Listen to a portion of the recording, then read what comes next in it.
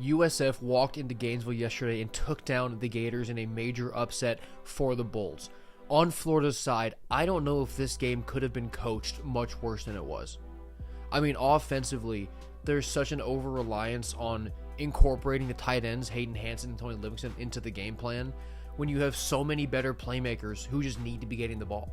In Florida's tight ends, it's not like they're a great tight end room.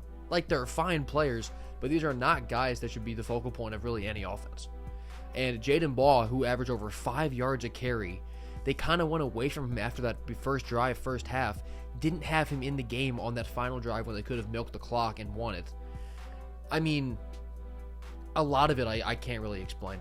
A lot of it I just cannot explain. The defense was fine. The defense of Florida was okay. If you give up 18 points at home, that should never be a problem. 18 points at home should always be a winning formula for a team as good as Florida was supposed to be this year. But I mean, discipline issues in year 4 of this program.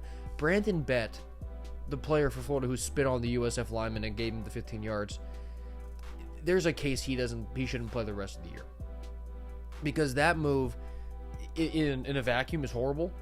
Doing it 2 days after Jalen Carter got tossed for doing the same thing on Thursday Night Football is one of the most mind-numbing and incomprehensible mistakes I can think of in a long time. Like, that is just horrible. And just like technical things, like the punt snap over his head for a safety, you lost the game by 2. Those are things that just cannot happen, especially at home against an opponent you're favored by 3 scores over.